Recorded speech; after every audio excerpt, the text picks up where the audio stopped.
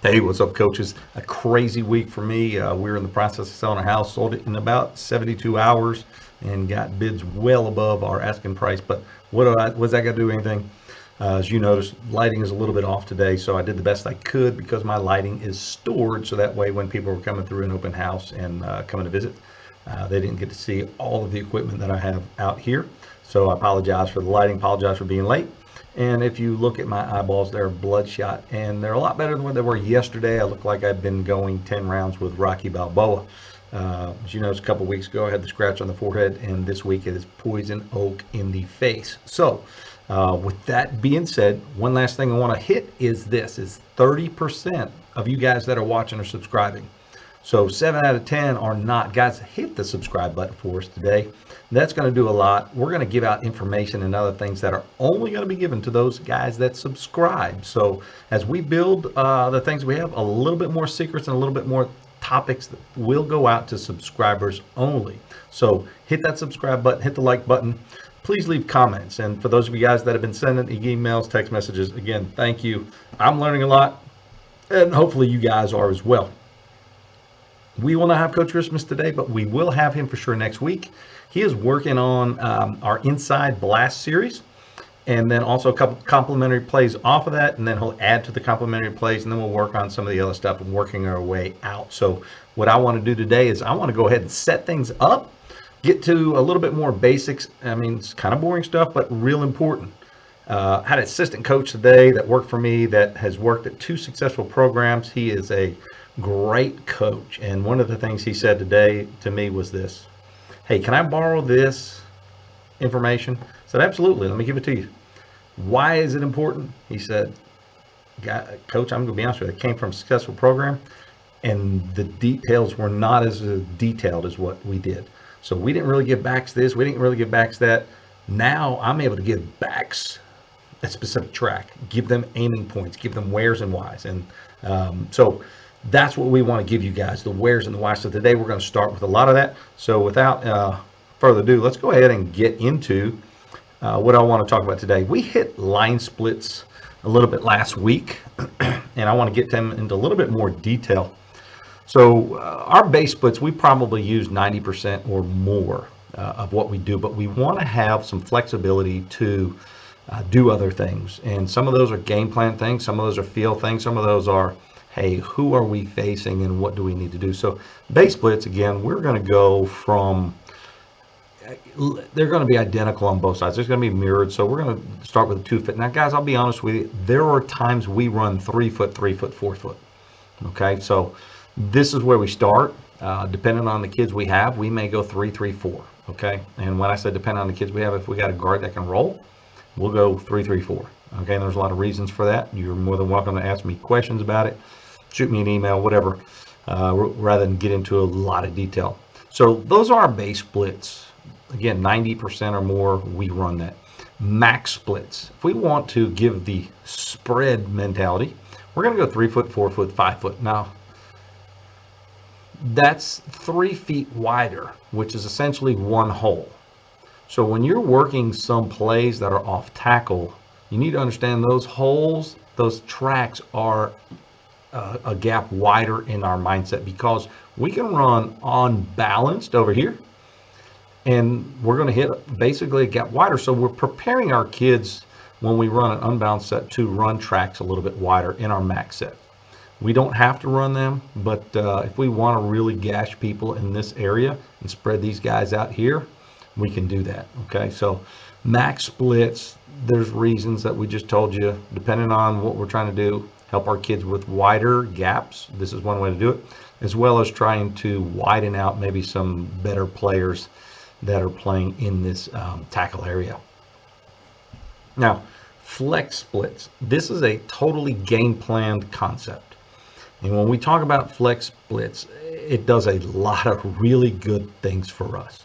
If we like to run a gap dive, okay, if we like to run a gap dive, let's just say they've got a 3 technique. Well, first of all, we're now max split, so this guy's 3 feet. So we widen him another foot.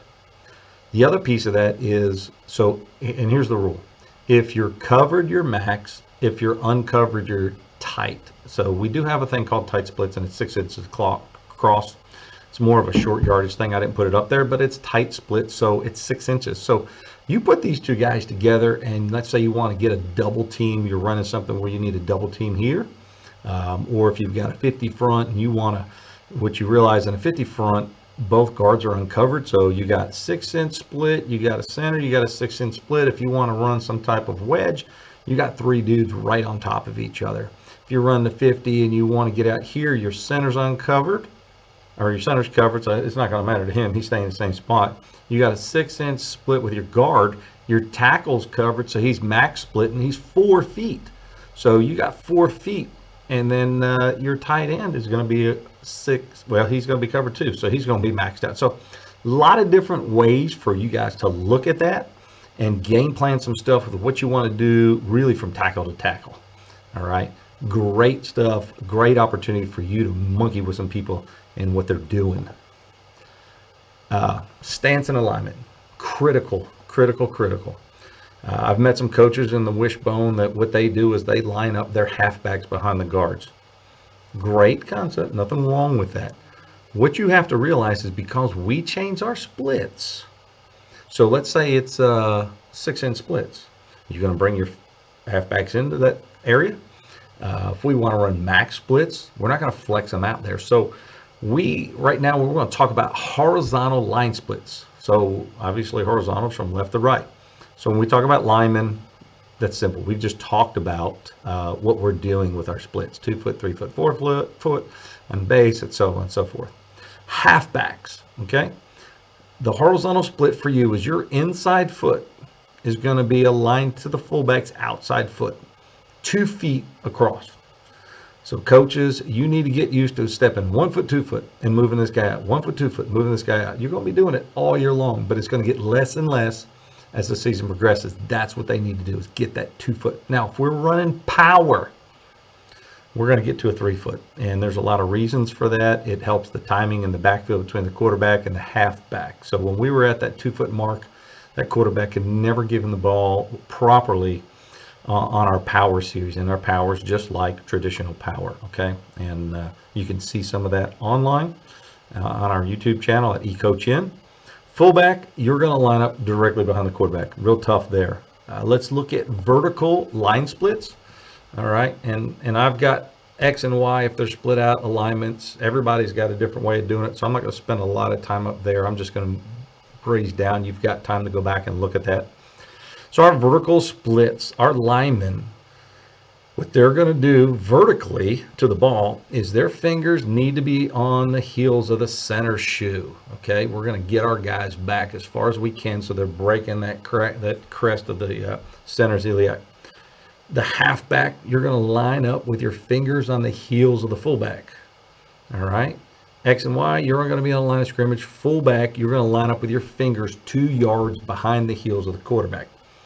As we said to coaches, with your horizontal splits, get used to doing 2 large steps to get that with your fullback's fingers. And some say, don't move, don't move, don't move.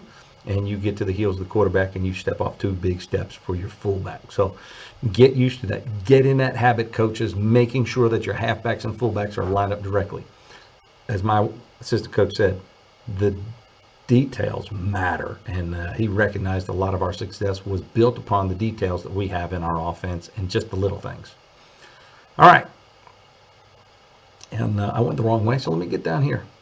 Here's where I'm going to get a little rubber meets the road, and this will be the last thing we talk about today. It is numbering concept. All right, the first thing you need to know is we do not number our backs. It's just another thing for them to learn. It's another thing for coaches to learn. It's another thing to add to the numbering system. We don't do that. Now you might be saying, how do you know who gets the ball? I'll tell you exactly what I was told when I got into the system. You'll figure it out. Your players will figure it out. Just keep running it over time and they will get it. And while I didn't like the answer at the time, it was a fact. And it becomes second nature. Nobody thinks twice about it. So last week we talked about all the different ways we can run blast. So that's why these arrows are here. And what you need to do is know this, that everything from the center over is numbered.